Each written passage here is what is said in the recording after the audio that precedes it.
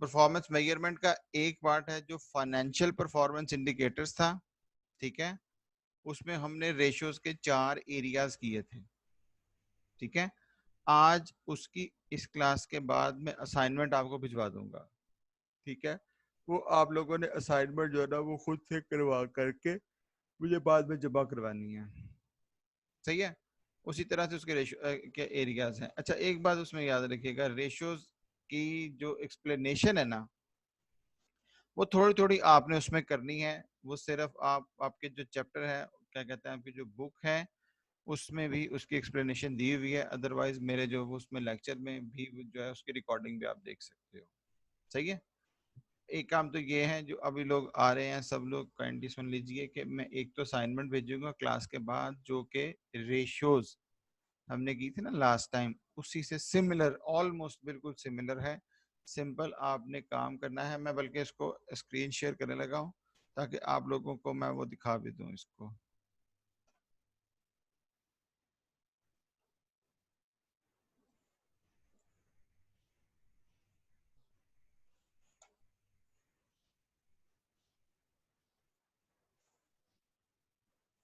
ये देखिए जी, सब लोगों को विजिबल हो रही है ना असाइनमेंट, आ रही है नजर? हाँ जी, शाबाश जी। ये देखिएगा, उसी तरह से हमारे पास समरी फाइनेंशियल स्टेटमेंट्स है दो कंपनीज की, और दो कंपनीज के यहाँ पर ये क्या लिखा हुआ है, you are required to assess, ठीक है। असेस का मतलब क्या है कि आपने उसका एस्टिमेट करना है कि जी उनका जो कंपनी की फाइनेंशियल पोजीशन कैसी है, वही प्रॉफिटेबिलिटी, एफिशिएंसी, लिक्विडिटी और लेवरेज, ठीक है। और एक्सप्लेन करना है रेशियो को, इतना ज्यादा लंबा नहीं, सिर्फ एक एक डेढ़ डेढ़ दो दो लाइन मैक्सिमम जो है ना वो आप इसको बता दीजिएगा। यानी कि एक छोटी सी समझ लीजिए एक एक्सरसाइज हो जाएगी जिसमें हमें कंपनी के फाइनेंशियल साइड का पता चल जाएगा। ठीक हो गया जी। ये क्लास के फौरन बाद मैं आपको अभी जो है वो भिजवा दूंगा, क्या कहते हैं, ये वाली।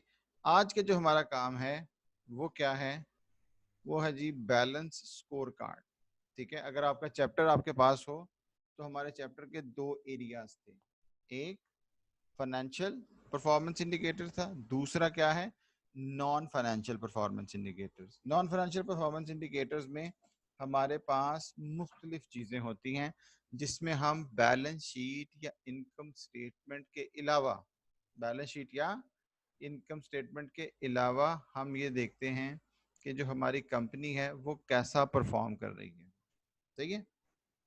तो नॉन फाइनेंशियल परफॉर्मेंस इंडिकेटर्स कई हो सकते हैं। मसलन फॉर एग्जांपल मैं कहता हूँ जी कस्टमर की कंप्लेन कितनी आती है, ठीक है। अगर कोई कस्टमर ऑर्डर करता है तो उसको कितना वेट करवाया जाता है।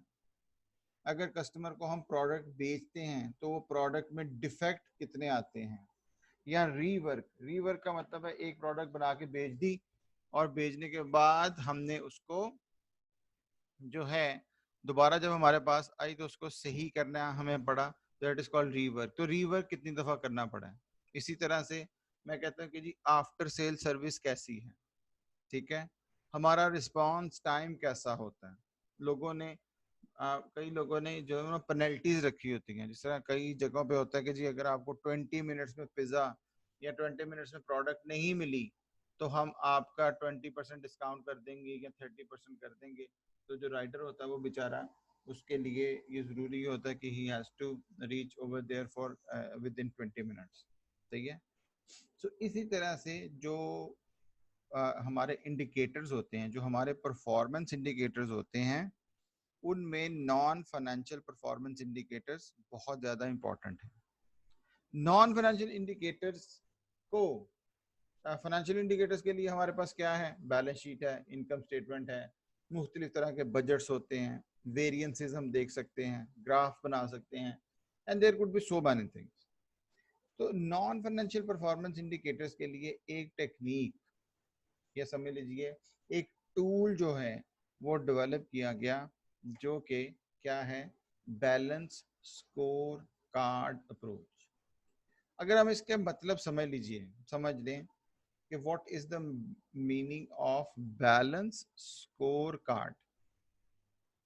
स्कोर कार्ड का क्या मतलब होता है?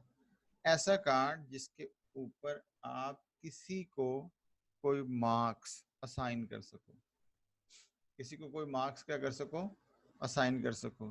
ठीक है, इस और मतलब फॉर एग्जांपल मैं कहता हूँ कि जी एक मैनेजर है और एक एम्प्लॉय है। एक कार्ड हमने एम्प्लॉय को दे दिया और एक कार्ड मैनेजर को दे दिया।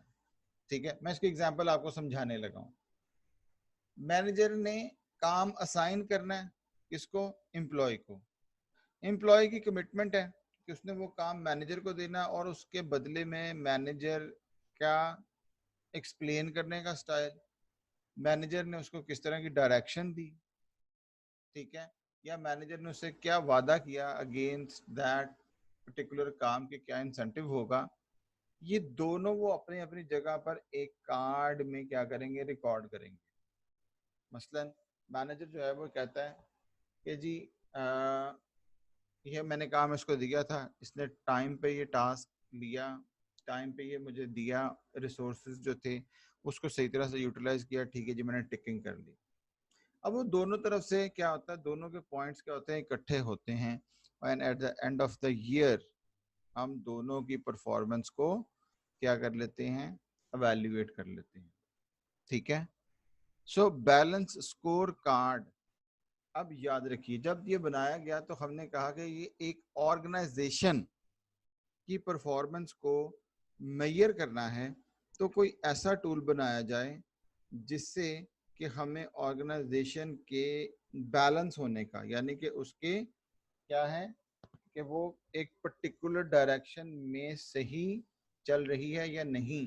तो उसके लिए उन्होंने 4 प्रोसेस या 4 समझ लीजिए डिफरेंट डायमेंशंस वो आइडेंटिफाई की। वो अभी हम देखते हैं इसमें क्या आता है।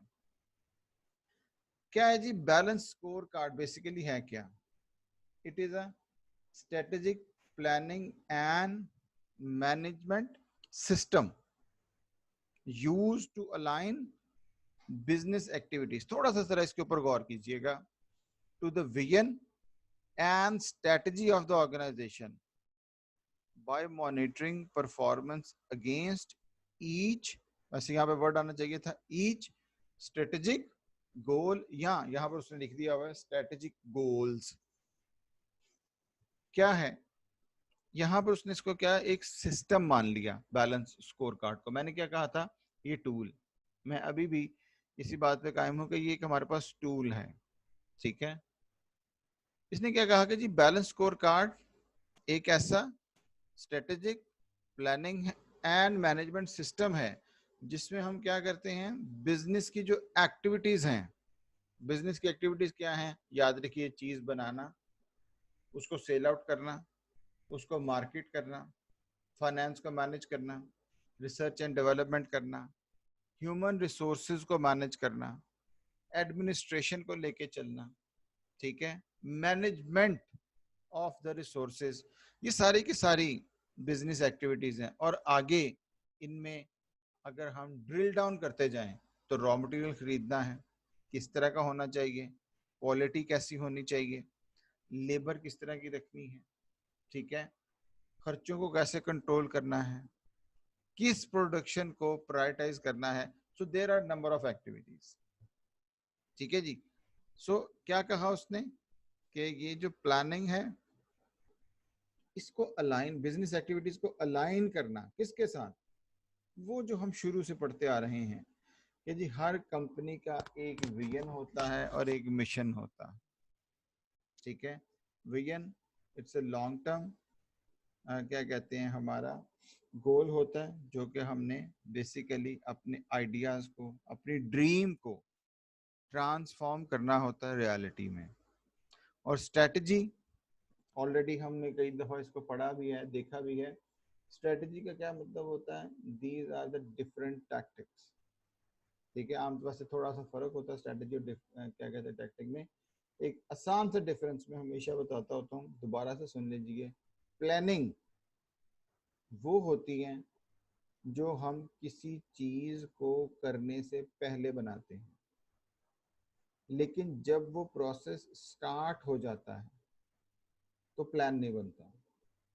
मैच खेलने से पहले हम प्लान कर सकते हैं, मैच के दरमियान में हम प्लान नहीं करते, हम स्ट्रेटजी चेंज करते हैं। या डिफेंसिव होंगे, या एग्रेसिव होंगे, या मॉडरेटिंग होंगे। ठीक है, कि हमने तेजी से चलना है, पीछे रहना है, या हमने एक दरमियानी सिचुएशन करनी। सेम इसी तरह से हम अपने बिजनेस के मामलात में ये देखते हैं चीज़ों को।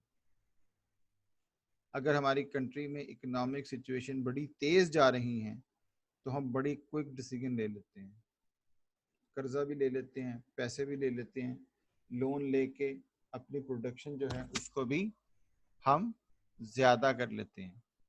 ठीक है, लेकिन अगर सिचुएशन अच्छी ना हो तो फिर हमें क्या करना पड़ता है, उसको उसके हिसाब से चीजों को लेकर चलना पड़ता है। सो बेसिकली होता क्या था, हम विजन बना लेते हैं, हम स्ट्रेटजी बना लेते हैं, लेकिन क्या हम इस बात को मेक श्योर कर रहे हैं कि जो हमारी बनाई हुई चीजें हैं इसके कॉरस्पॉन्डिंगली काम हो रहा है या नहीं हो रहा। ठीक है, मसलन हम कहते हैं कि जी रिजल्ट आना चाहिए स्टूडेंट का, बड़ा आसान है कि जी बड़ा अच्छा हमारा रिजल्ट आता है। किस तरह से आता है?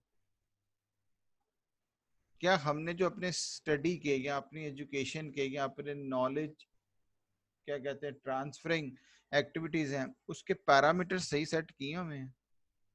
अगर वो पैरामीटर सही सेट ही नहीं है, ठीक है, तो किस तरह से स्टूडेंट्स का रिजल्ट आएगा? कभी भी नहीं हो सकता। सो मेरा विजन क्या, मेरी स्ट्रैटेजी क्या है कि जी मेरे रिजल्ट अच्छे आने चाहिए। ठीक है, किस तरह से? तो परफॉर्मेंस को इसको मॉनिटर किस तरह से करेंगे? रिवीजन ऑफ नोट्स सही हो रहे हैं जी, लेक्चर की डिलीवरी सही हो रही है, टीचर क्लास पे टाइम पे आते हैं, टाइम पे जाते हैं, सारी चीज़ें असेसमेंट एवेल्युएशन टूल्स वगैरह सारा कुछ सही हो रहा है, बच्चों को समझ भी आ रही है कि नहीं, उनके लेवल का कोर्स है भी है कि नहीं।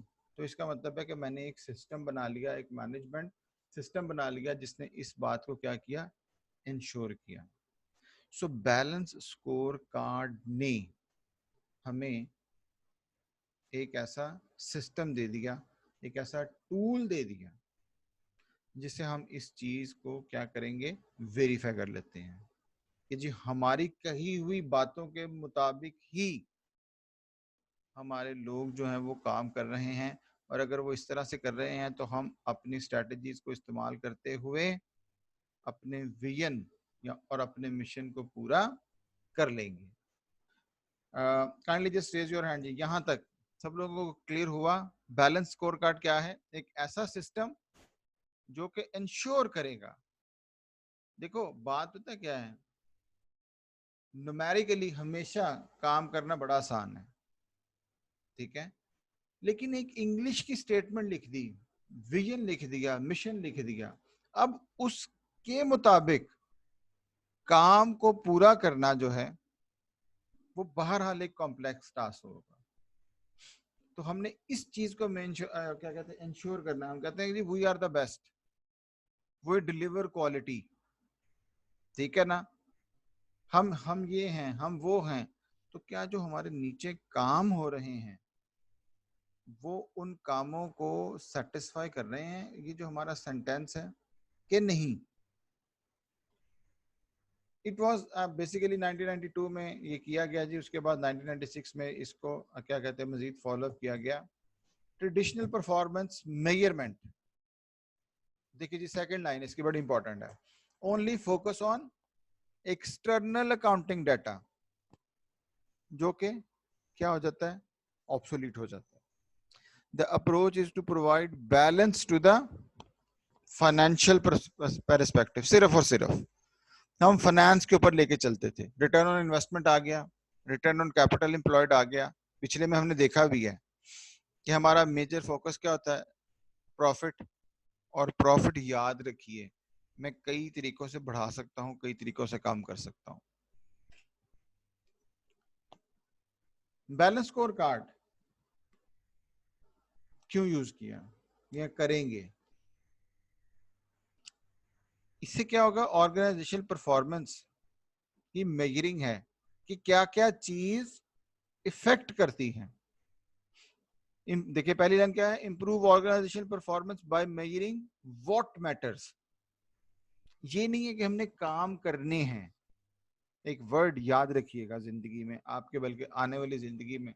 और अब जो ये जिस तरह की ये पेंडेमिक सिचुएशन हो गई है ना, इस तरह के बाद अब ऑर्गेनाइजेशन वैल्यू एडेड वर्ड लिख लीजिए अपने पास, काम को नहीं देखेंगे, वैल्यू एडिशन को देखेंगे।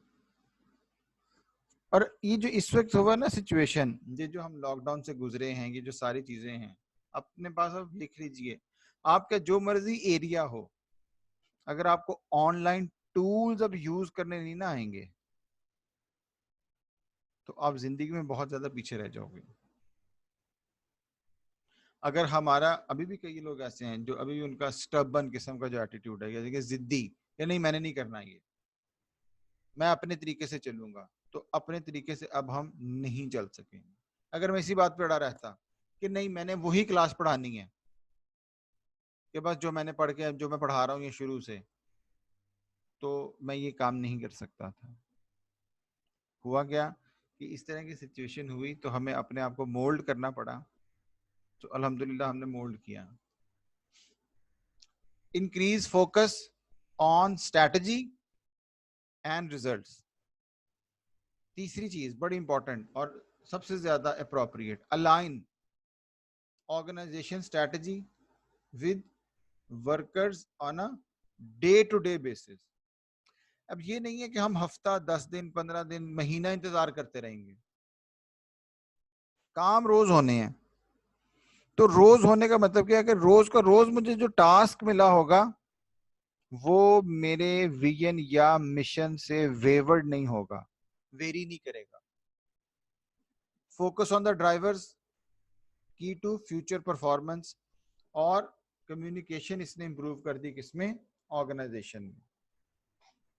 ये देखिएगा आपके पास इसके 4 एरियाज नजर आ रहे हैं, ठीक है। बल्कि 1 मिनट अगर मुझे दें तो मैं इसका, मैंने पीटीएफ भी है,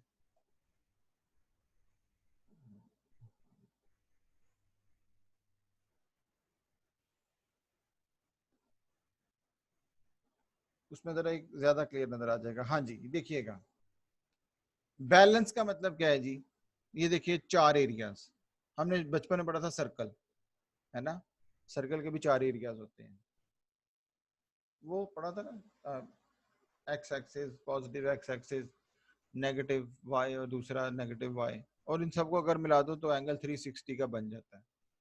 तो इसका मतलब है 90 के 4 एंगल थे। तो हुआ क्या था, सर्कल होने से ना चीज बंद हो जाती है,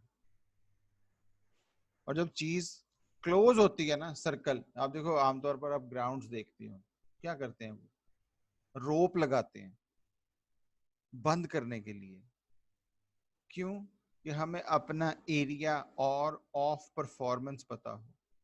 क्रिकेट के पिच लगा के खेलना शुरू कर दें, रोप ना लगाएं, ठीक है, कभी भी हम परफॉर्म नहीं कर सकते। फुटबॉल के लिए, हॉकी के लिए, किसी भी चीज के लिए आप देख लो, एक हमें क्या करना पड़ता है, एक लिमिटेशन लगानी पड़ती है, बिकॉज ओपन एंडेड कभी भी हम चीज लेके नहीं चल सकते। सो इन्होंने क्या किया, देखो दरमियान वाला, मैं साइड वाले एरियाज नहीं, दरमियान वाला एरिया क्या है, विजन एंड स्ट्रेटजी। अगर हम फिजिकल क्लासेस पढ़ रहे होते तो इसके ऊपर हम क्या कहते हैं, पर्टिकुलरली प्रैक्टिकली ऑर्गेनाइजेशन की फाइनेंशियल स्टेटमेंट से ये काम सारा करते, लेकिन इस वक्त पॉसिबल नहीं है, because it's a very strong tool. Performance management पढ़ने के लिए बैलेंस स्कोर कार्ड, और एक और होता है जी परफॉर्मेंस पिरामिड, ठीक है। एक 3 चीजें होती है, परफॉर्मेंस पिरामिड होता है, बिल्डिंग ब्लॉक मॉडल होता है, और बैलेंस स्कोर कार्ड। हम जो हमारा फोकस है इसमें वो बैलेंस स्कोर कार्ड है। देखिए दरमियान में उसने क्या रखा हुआ है, विजन एंड स्ट्रेटजी, और 4 एरियाज उसने डिफाइन किए हैं। पहला, लेफ्ट साइड से देखिए जो आपके सामने आ रहा है कस्टमर, बिल्कुल उसके ऑपोजिट इंटरनल बिजनेस प्रोसेसेस, और ऊपर और नीचे उसने क्या किया है, फाइनेंशियल, लर्निंग एंड ग्रोथ। अब ये एरियाज आप आगे पीछे कहीं भी कर सकते हैं, ठीक है। इन चार एरियाज को, इन चार एरियाज के, ये देखिए यहाँ पे नजर आ रहा है ना, ये यहाँ पे ये जो आ रही है ग्रिड, आपका फीडबैक फॉर्म आता है ना, आप फीडबैक फॉर्म टिक करते हो। उस टिकिंग से क्या होता है, आप तो सिंपल टिक कर देते हो, उसके ऊपर लिखा होता है 1 2 3 4 5, उसका स्कोर कैलकुलेट होता है। हर आइटम का क्या होता है, स्कोर कैलकुलेट होता है, और फिर एंड पर निकल आता है कि जी ये इतने % हो गया, ठीक है। तो देखो हमने किया क्या कि जो है वो उसको ट्रांसफॉर्म कर लिया किसमें, क्वांटिटी में। तो basically it's a transformation process. किस चीज के लिए, कि इन तमाम चीजों के साथ जब हम करेंगे तो क्या हमारी विजन और स्ट्रैटेजी पूरी हो रही है या नहीं। हमारी बुक में या कहीं पर भी इसकी प्रैक्टिकल इम्प्लीकेशन या डेमोन्स्ट्रेशन नहीं दी हुई, ठीक है। देखिए कैसे होती है, इसके ऊपर मैं बाद में आ रहा हूँ। अच्छा 1 मिनट जरा जल्दी से कर लें।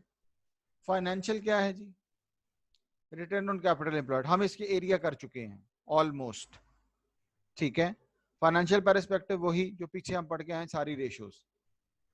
कस्टमर, कस्टमर का क्या है जी, कस्टमर सेटिस्फेक्शन, कस्टमर को रिटेन कैसे करना है, ठीक है।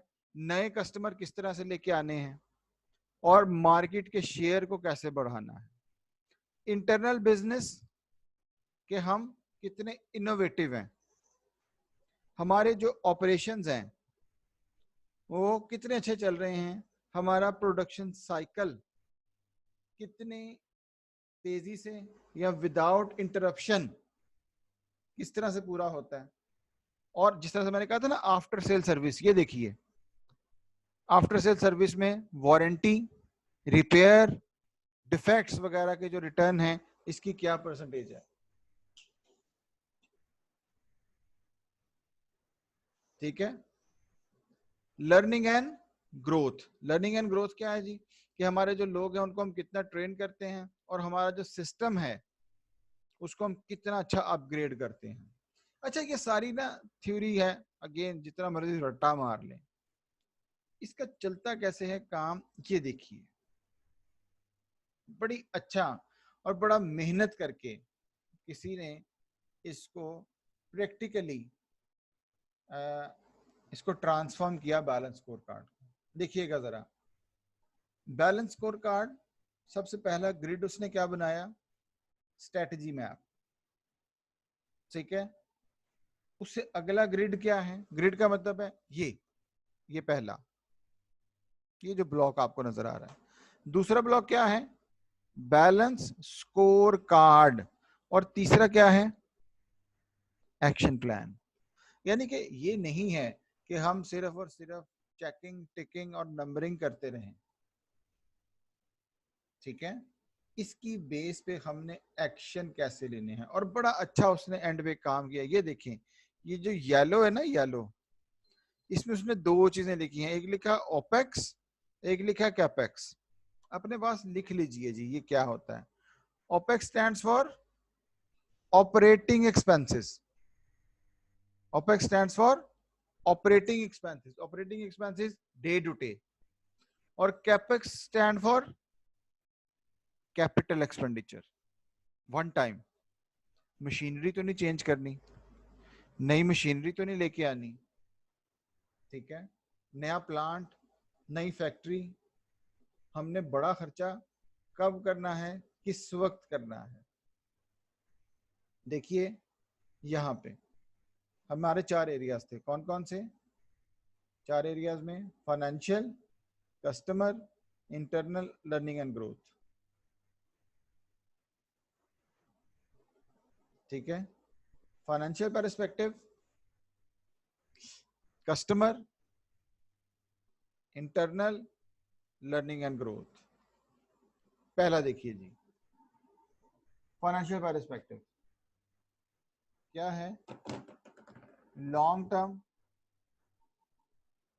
Share holder value. क्या करना है जी? प्रोडक्टिविटी और हमने रेवेन्यू को कैसे ग्रो करना है। 1 मिनट जी, काइंडली होल्ड कीजिएगा, मुझे एक कॉल आ रही है, सिर्फ 1 मिनट।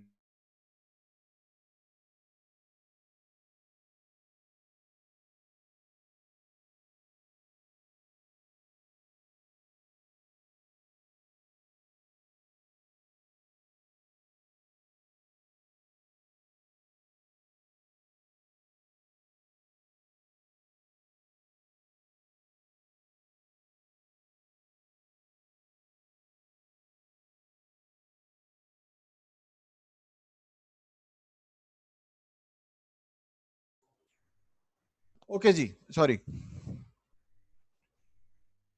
सबसे पहले हमारा क्या है जी? Financial perspective. देखिए उसके आगे क्या है, उसने इसके ऑब्जेक्टिव क्या रखे हुए हैं।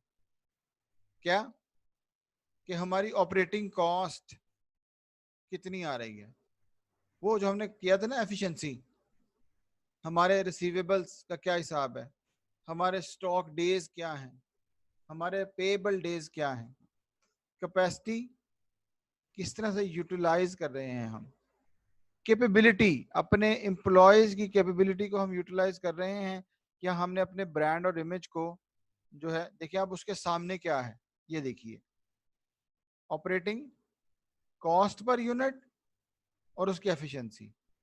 कैपेसिटी यूटिलाइजेशन कि हम एक साल में 1 लाख यूनिट बना सकते हैं, तो क्या इस वक्त तकरीबन 90,000 95,000 के करीब बना रहे हैं, यानी कि हमारी परसेंटेज कितनी है, यूटिलाइजेशन 90% से ज्यादा हो रही है। आगे देखिए कैपेबिलिटी यूटिलाइजेशन, ट्रायल पीरियड कितने हैं, स्पेयर पार्ट्स या प्रोडक्शन कैसे हो रही है, ब्रांड और इमेज किस तरह से है। जाहिर बात है जब बार बार चीजें वापस आएंगी, कस्टमर्स की कंप्लेन होगी, तो हमारा इमेज कोई भी नहीं रहेगा। तो वारंटी कॉस्ट कितनी कम है, इसकी बेस पे आगे ये देखिए मॉनिटरिंग कैसे करनी है जी, मंथली। इसकी मॉनिटरिंग कैसे करनी है, वीकली भी करनी है, मंथली भी करनी है। इसकी मॉनिटरिंग कैसी है, मंथली। अब ये जो मॉनिटरिंग है, इसके 3 फेज होते हैं आमतौर पर, सिंपल सी बात है, डेली, वीकली, मंथली, ठीक है, और एनुअली तो ऑब्वियसली होते ही होता है। तो कुछ ऐसी चीजें होती हैं जिसको कि हमने डेली बेस पे देखना है, कुछ ऐसी जिसको हमने मंथली बेसिस पे या वीकली बेसिस पे देखना है, और ऑब्वियसली कुछ को हम क्वार्टरली देखते हैं, कुछ को सेमी एनुअली देखते हैं। कस्टमर पर्सपेक्टिव देखिएगा जी, इसने बड़े अच्छे एरियाज को रखा होगा, कस्टमर सेटिस्फेक्शन एंड अपने ब्रांड को हमने कैसे एनहेंस करना, low manufacturing cost, quality standards, delivery timing, knowledge and skill partner, customer satisfaction and brand image को रीइंफोर्स करना। कैसे है जी, कहां से पता चला?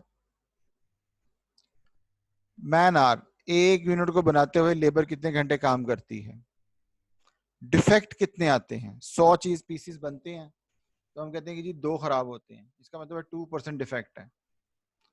सेल्स की जो डिलीवरी है वो कितनी देर में, मैंने इसकी एग्जांपल आपको अभी दी थी जी, ठीक है जी।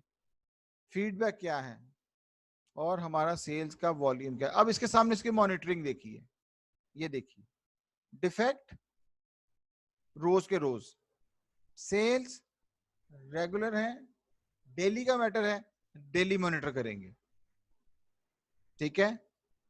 और इसी तरह से कुछ वीकली हैं, कुछ डेली हैं, कुछ मंथली हैं। पेरिस्पेक्टिव कहते हैं जी किसको, उर्दू में वैसे इसको वर्ड होता है पस मंजर, ठीक है। इंटरनल पेरिस्पेक्टिव का क्या मतलब है कि जो हमारे इंटरनल मैटर्स हैं, जो हमारे इंटरनल प्रोसेसेस हैं, उसमें हमारी किस तरह की एक्सेलेंस है, क्या हम एक ही चीज को उसी तरह से लेके चल रहे हैं या कोई इनोवेशन या नई चीज उसमें जो है वो हम लेके आ रहे हैं या नहीं लेके आ रहे। जिस तरह से मैंने अभी आपसे कहा कि अगर हम अपना स्टबर्न एटीट्यूड रखते तो हम इस क्या कहते हैं जो पेंडेमिक सिचुएशन है इसको कभी भी फुलफिल नहीं कर सकते थे। अच्छा देखिए क्या है जी, इंटरनल पर्सपेक्टिव में प्रोडक्टिविटी, डिलीवरी, कंटिन्यूस इंप्रूवमेंट, ठीक है, नॉन क्या कहते हैं उसके आ रहा है सेफ्टी एंड हेल्थ, ठीक है, और इन्वायरमेंट, साइकिल टाइम, मॉनिटरिंग इसकी क्या है ये देखें आप, चार चौथी आ गई चीज, मंथली, वीकली, डेली, अब यहाँ पे क्या आ गया जी, आवरली, ठीक है। और अगर हम टेलीकॉम सेक्टर की बात करें तो वहां पे जो है वो फिर आपको खुद ही पता चल जाएगा कि हम मिनट्स में और सेकंड्स के हिसाब से भी लेके चलेंगे। So it depends on the nature of the business. अच्छा यहाँ पर ये बेसिकली जापानीज क्या है जी, क्या क्वालिटी इंप्रूवमेंट स्टाइल हैं, क्या केजन, एक जिस तरह होती है ना, आप पढ़ते हैं ISO 9000 या कुछ इस तरह से करके। So kaizen is a quality enhancing technique, ठीक है। ये देखिए उसने नीचे यहाँ पे बताया बाबा, इन्वायरमेंट के लिए टॉक्सिक का मतलब जो जहरीले हैं, टॉक्सिक वेस्ट डिस्पोजल, ठीक है, या हम ISO को कितना जो है वो मीट कर रहे हैं, ठीक हो गया। ये देखिए जी आगे सारा आ रहा है उसका, फैसिलिटी रेडीनेस, कि हमारी जो है वो टॉक्सिक वेस्ट को डिस्पोजल करने के लिए हमने अपने आप को तैयार किया हुआ है, और सर्टिफिकेशन जो है वो हमने गवर्नमेंट से ली हुई है। लास्ट क्या है जी, learning and growth. Learning and growth में क्या है कि हम अपनी नेसेसरी स्किल्स को डेवलप कर रहे हैं। क्या है आगे, रिसर्च एंड डेवलपमेंट। देखो एक होता है बिजनेस करना, बिजनेस को लेके चलना, हम कहते हैं जी प्रॉफिट हो रहा है, बड़ी अच्छी बात है। क्या ऐसा हो सकता है कि अगर हम ये सारी चीज इंप्लीमेंट करते तो जितना हम प्रॉफिट इस वक्त अर्न कर रहे हैं हम इससे ज्यादा कर सकते थे? अच्छा आमतौर पर हमारा रहता है यार अल्लाह का शुक्र है बस ठीक है प्रॉफिट हो रहा है, सही है, अच्छी बात है, अल्लाह का शुक्र हमेशा हमें अदा करना चाहिए। लेकिन अल्लाह ताला ने खुद कहा है कि हमें बेहतर से बेहतर की तलाश में रहना चाहिए। अच्छा उसका फ़ायदा क्या है, ज़्यादा प्रॉफिट आने से क्या मेरा ज़्यादा, मेरा क्या कहते हैं इनकम ज़्यादा हो जाएगी, मेरे पैसे ज़्यादा हो जाएंगे, पर्टिकुलरली होंगे, लेकिन उसी तरह से हम अपनी प्रोडक्शन को एक्सपैंड करेंगे, प्रोडक्शन को एक्सपैंड करेंगे, हमारी इंडस्ट्री एक्सपेंशन होगी, इंडस्ट्री एक्सपेंशन होगी, हमारा जीडीपी जो है वो ज़्यादा होगा, जीडीपी हमारी प्रोडक्शन को ज़्यादा करेगा, हमारी ऑब्वियसली डोमेस्टिक प्रोडक्शन को, हमारी क्या होंगी, हमारी एक्सपोर्ट्स ज़्यादा होंगी। और इन सारी बातों को अगर हम छोड़ दें तो जो सबसे बड़ा और सबसे ज़्यादा ज़रूरत है वो क्या होंगी, जॉब्स क्रिएट होंगी। जो जॉबलेसनेस है, बेरोजगारी है, उसको हम क्या करेंगे, कर्टेल करेंगे। अच्छी ऑर्गेनाइजेशंस ने, अच्छी नेशंस ने अपनी चीज़ों को बैलेंस रखा। और आप ये सामने खुद से देख लीजिए, उन्होंने सिर्फ और सिर्फ पैसे को अहमियत नहीं दी है, हमारा बेसिक, ट्रेडिशनली उसने क्या बताया था, हम सोचते ही सिर्फ यही थे कि जी फाइनेंस, पैसा बढ़ा लें, पैसा बढ़ा लें, प्रॉफिट इंक्रीज कर लें। लेकिन बाद में देखा गया कि भाई प्रॉफिट इंक्रीज हो जाएगा, चीजों को बैलेंस करो, ठीक है, लर्निंग एंड ग्रोथ होगी, अब मैं वापस चल पड़ा हूँ, लर्निंग एंड ग्रोथ होगी तो मेरे ऑपरेशंस अच्छे हो जाएंगे, पक्की बात है। एक ग्लास मैन्युफैक्चरिंग कंपनी, एक ग्लास मैन्युफैक्चरिंग कंपनी में अगर एम्प्लॉय ऐसे हों कि वो बड़ी बेध्यानी से ग्लास को या शीशे को हैंडल करें, तो पक्की बात है बहुत ज्यादा ब्रेकेज होगी। बाहर की कंपनीज में, यहाँ पर भी मैंने देखा है कि इस तरह की जो कंपनी होती है ना, जो कि जहाँ पे फ्रेजाइल किस्म के, फ्रेजाइल लिखा था आमतौर पर हैंडल विद केयर, कई चीजें ऐसी आती हैं, आप ग्लास वगैरह लेके आओ ना, उसके ऊपर लिखा होता है फ्रेजाइल। तो फ्रेजाइल का मतलब ये होता है कि ये चीज टूट जाएगी, ध्यान से इसको कैरी कीजिएगा। वो अपने एम्प्लॉयज को रखते हैं और रखने के बाद उसको हफ्ता हफ्ता 10-10 दिन 15-15 दिन ट्रेनिंग देते हैं कि तुमने मटेरियल को हैंडल कैसे करना है। क्यों? कि अगर वो उसको नहीं सिखाएंगे तो मटेरियल खराब होगा, मटेरियल ब्रेकेज होगा, लॉस होगा और ऑटोमेटिकली कंपनी के प्रॉफिट से ये चीज कटेगी। आप मैक्सिमम क्या कर सकते हैं, उसको निकाल देंगे, तो निकाल के भी नया बंदा लेके आना है। सो जब हमारी लर्निंग एंड ग्रोथ अच्छी होगी तो हमारा इंटरनल पर्सपेक्टिव ऑटोमेटिकली अच्छा चल पड़ेगा और हमारा कस्टमर क्या हो जाएगा, रिटेन हो जाएगा। अगर मैं इसको इस तरह से एरो देना शुरू करूं ये, तो learning and growth, internal perspective, customer, और ऑटोमेटिकली मेरा प्रॉफिट जो है वो ज्यादा हो ही जाएगा। ठीक है, लेकिन इसने बजाय इसको इस तरह से एरो नहीं दिया, इसने क्या किया, इसने इसको साइड बाय साइड रखा कि इन चारों चीजों को इकट्ठा लेके चलो। आप हर चीज को बैलेंस रखोगे, किसी एक एरिया पे फोकस नहीं करना।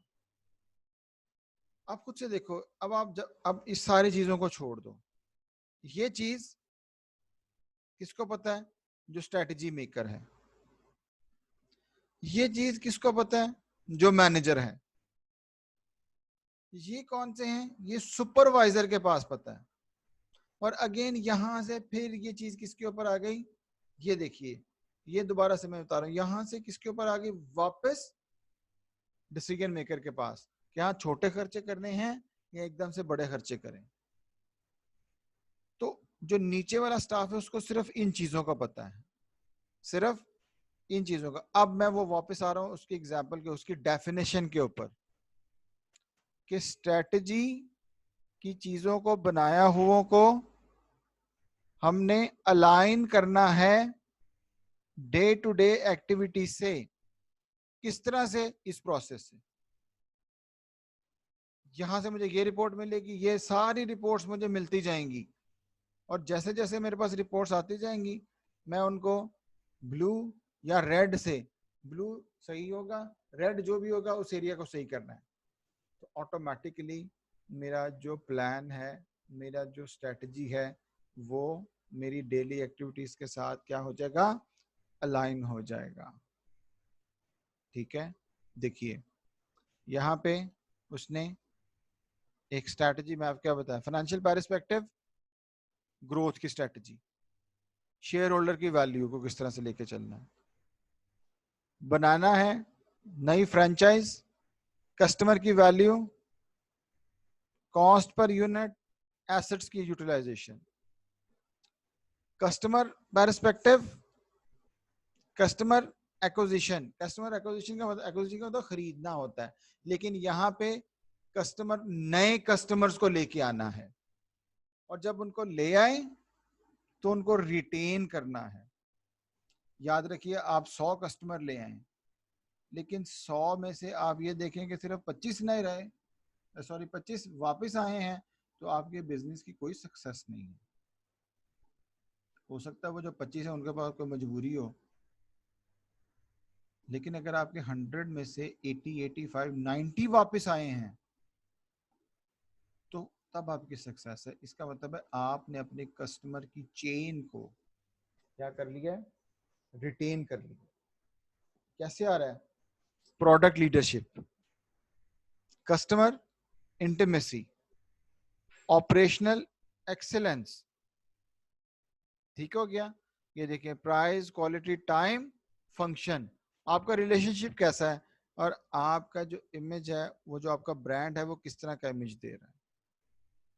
इंटरनल पर्सपेक्टिव में इनोवेशन प्रोसेस, कस्टमर के मैनेजमेंट, ऑपरेशंस को हम सही तरह से लेके चलेंगे, and be a good corporate citizen. हमने अपने इन्वायरमेंट को भी जो है वो खराब नहीं होने देना। वैसे बाय द वे इस वक्त जब जिस तरह से जब से सनत या जो हमारी इंडस्ट्री बंद हुई हुई है, आप देखें कि बाहर बहुत ज्यादा मौसम साफ हो गया। क्या है, धुआं कम हुआ हुआ था, गाड़ियां कम चल रही थी। ठीक है, अल्लाह करे आपको कोई मौका मिले तो अगर आप किसी दूसरी कंट्री में जाएं तो जाके देखें, वहां पे इन्वायरमेंट इतनी ज्यादा साफ होती है कि आपको पर्टिकुलरली ऐसा लगेगा जैसे आसमान का कलर बिल्कुल चेंज है। ठीक है, तो उन्होंने अपनी सोसाइटी को जो है वो उसको प्रायोरिटी दी हुई है। वो कोई भी इस तरह का टॉक्सिक काम या जो पोल्यूटेड काम है वो नहीं करते हैं। लर्निंग एंड ग्रोथ, देखिए जी, स्ट्रैटेजी, कॉम्पिटेंसीज, टेक्नोलॉजी और एक्शन को हमने करने के लिए अपनी चीज को किस तरह से लेके चलना है। ये देखिए, अब यहाँ पर देखिए, यहाँ पर मैंने एरोज नहीं लगाए थे, है ना, ये देखिए उसने खुद से एरोज लगा दिए। अब हमारी बात कंप्लीट हो रही है, यानी कि बैलेंस स्कोर कार्ड, अब motivated and prepared work force. देखिए ये गया ऊपर को, किसकी तरफ जाएगा, कस्टमर सेटिस्फेक्शन की तरफ। और जब ये इस तरह से चलेंगे तो ये देखिए ऑटोमेटिकली मेरा रेवेन्यू भी इंक्रीज होगा, मेरी प्रॉफिटेबिलिटी भी इंक्रीज होगी, मेरा कॉस्ट भी कम होगी, और मेरी एसेट की यूटिलाइजेशन भी अच्छी हो जाएगी। और हमारा बेसिक स्ट्रैटेजी क्या थी, शेयर होल्डर वैल्यू को क्या करना है, इंप्रूव करना है। ठीक है, और ये हमें यहीं से ऑटोमेटिकली पता चल गया। तो ये अपनी जिंदगी में हम ये जो बैलेंस स्कोर कार्ड है, बिलीव मी लिटरली मैंने अपने जो है ना ये इसके ऊपर अपने ऊपर इसको इम्प्लीमेंट करके देखा हुआ है कि इसमें आप अपने लेवल पे भी सिर्फ और सिर्फ किसके ऊपर, लर्निंग एंड ग्रोथ के ऊपर, कि आपको नई चीजें कितनी पता है, आपको पढ़ने का कितना शौक है, हिस्ट्री कितना पढ़ने का शौक है। ठीक है, आपके डे टू डे टास्क कितने अच्छे हो जाएंगे, ऑटोमेटिकली लोग आपको कितना सुनते हैं। और ऑटोमेटिक जब ये सारी चीजें आपके पास आती हैं तो आपका जो सैलरी है, आपका जो अर्निंग्स हैं, वो किस तरह से हो जाएंगे। ये तो ऑर्गेनाइजेशन का है ना, ये जो सारी चीज की हुई है ना, आप इसको अपने ऊपर भी कर सकते हैं कि जी मैंने अगले साल एक्सेल सीखना है, मैंने एक्सेल के ये मॉड्यूल्स करने हैं, मैंने फलां सॉफ्टवेयर सीखना है, मैंने फलां चीज सीखनी है, मंथली बेस पे करनी है, किस तरह से इसको लेके चलना है। ठीक है, ऑटोमेटिकली आप ये सारी चीजें खुद से भर सकते हो। और यहाँ पे आके आपको ये बात, और ये लोगों ने किया है and they are very successful. Okay जी, kindly just raise your hand. सब लोग सुन रहे हैं कि बस समर सुन रही थी जी, और कौन कौन, सारे सुन रहे थे। मैंने समझा शायद मैं अकेले ही बस बोली जा रहा हूँ। अच्छा जी, आई होप जो balance score card, it's a very interesting and a very good thing. ठीक है, हमारा ये काम हो गया पूरा। मैं आपको भी दोबारा से, जो लोग काफ़ी कुछ लोग लेट भी आए हैं, ठीक है, चलिए कोई बात नहीं,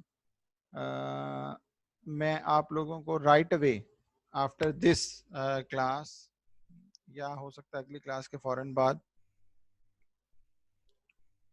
अच्छा जी, थैंक यू वेरी मच अपना अरशद।